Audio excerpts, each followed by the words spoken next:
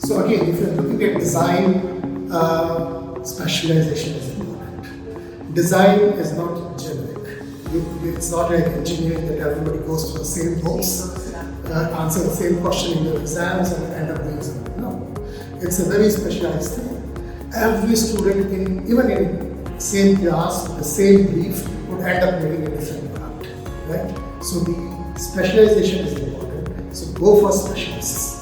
Design is intelligence made visible. Design can be art. Design can be aesthetics. Design is a language. Design is all that and much more. That's why design is so simple yet so complicated. So how to keep things simple when it comes to education and design landscape?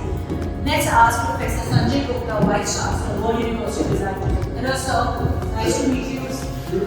Why is design education becoming easier? See, India has now reached a stage where instead of just being a vendor in the world space, where they were competing with other smaller countries over pennies to supply, India has now come to a situation where it is designing and making its own products.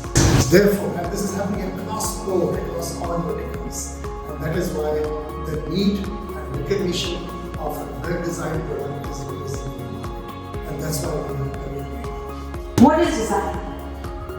It's very difficult to say, but design is not just aesthetics. The thing has to look good, it has to function. It has to function so well that you don't even notice, but it will do exactly what you want it to do. That's what good design is.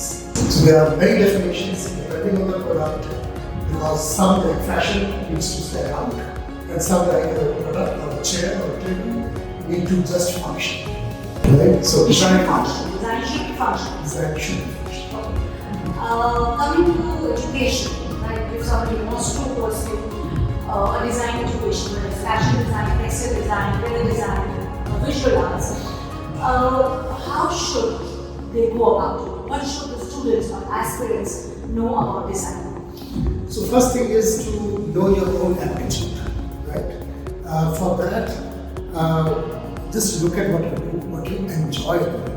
Whether you enjoy making clothes for yourself, or going out with your mom and shopping and picking up fabrics of various kind, are you good at that? Then fashion or textile is made for you. Are you good at repairing your own bicycle or your own mobile phone or something? That you are product design. The aptitude is important. Do you feel like rearranging all the space in your homes, or construction, or helping your family make a new house, maybe architecture, maybe interior design, or if you're just a person who spends time on computer, writing code and other things, but you also have an eye for design, for color, then maybe UI UX or digital products are an area for you. So the aptitude is important because that's what you would do, end up doing all your life. So you must enjoy that. Don't end up doing something which you don't love. Find something which you love to do. Design doesn't work in silos. It's a culture.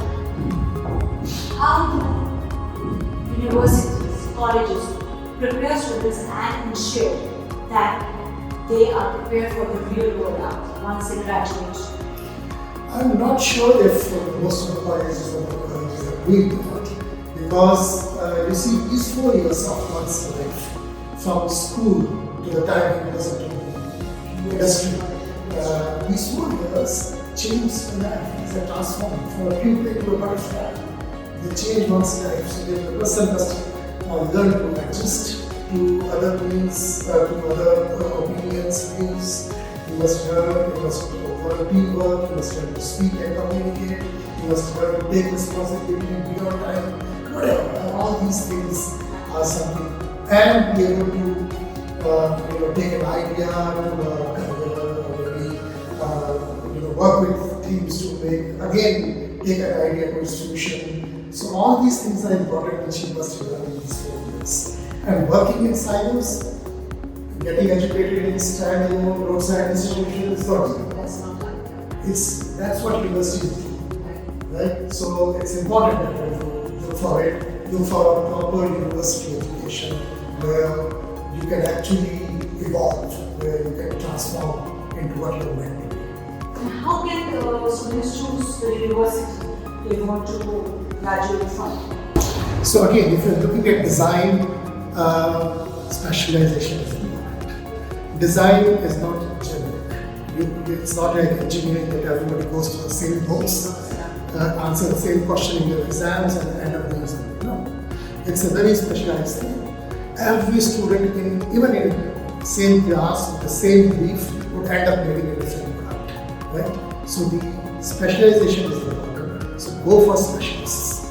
Don't go for generalists. That's my advice. And go for university, don't go for standing institutions. Because that's where you evolve. And what are the key specializations? You just talked about specializations. We are specialists, right? What are the key specializations in design education at present? So there used to be 4 major ones. Fashion and textile is one, product design is another, space design is another one, and communication is another. Now, in each of these, things are evolving further, right? So in fashion, for example, fashion communication has evolved as a whole big field. So besides fashion design and textile design, we have fashion communication, we have fashion business, we have international fashion or e-fashion, marketing, and all those things. In communication design, since everything is happening in communication, major changes. So it's not just graphics and communication design, it's also film and video, it's about animation, gaming, augmented reality, virtual reality. All these things are changing the way we used to think or see things. Right? In product design also, since the digital has stepped in, everything has changed. So product design is there, but we also have digital products for design. We have interior design, of course, we have architecture, but all these have been inundated with digital software and infrastructure. We have UI UX. We have the whole transportation and mobility scene is changing. Yes, automobiles, there used to be car design. Cars, I don't know what the cars used to be, right? All the mechanical engineers who used to do have no. So the things are that the car design today is not just about what is under the hood. It's all about what is over the hood and what more can do with that space and with that time. So the EV whole concept has changed. So that is also good. And then what is also happening is that making the silos, these streams have become overlaps with visual arts, with performing arts, with architecture, with business management, and those specializations. So my take on all of this is don't worry about the specialization. Look at your primary aptitude. Go into that direction. And if it's an aptitude resonate with you, you will do well. And if you do well, there's no doubt. Design is about change. Yes. And how can design graduates keep pace with those changes once they graduate? What are the career prospects for them?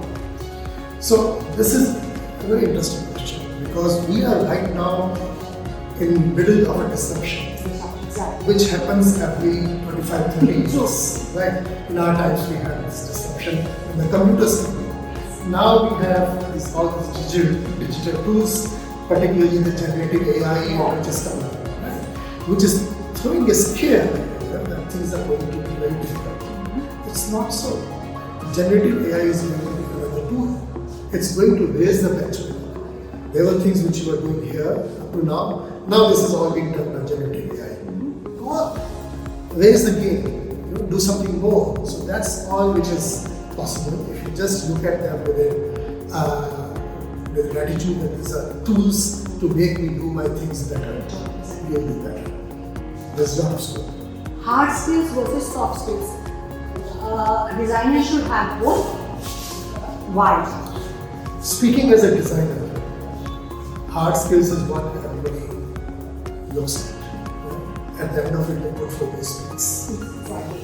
But if you are only into that and don't have soft skills, you will stay a celebrated designer throughout your life. You will not rise up the corporate ladder. If you're in a company, at some point in time, as you start graduating, you start as a designer, and you will end up leading a team of designers, leading a team of companies to design or something. for you to be able to rise soft skills very well. So that's something which you should not do. That's what universities are good at doing. So open your arms, open your eyes, adopt that, come out of yourself. Don't be too judgmental of yourself. It is there, ideas are there, it's just a matter of speaking out. So be that. And lastly, design, like we spoke, design is about change. It doesn't work in silos. Things are happening almost, every now and then, I would say. How can design graduates keep themselves abreast of those changes? Even, once they have graduated, once they have established themselves, they are established in the industry, they have made their mark. How to reinvent themselves? How can we do that? I think two steps. One, keep your mind open. You must accept the fact that the change is there. The change is coming, it's all around you. And if you don't change, they are going to stop. They will change, and then you'll be left out.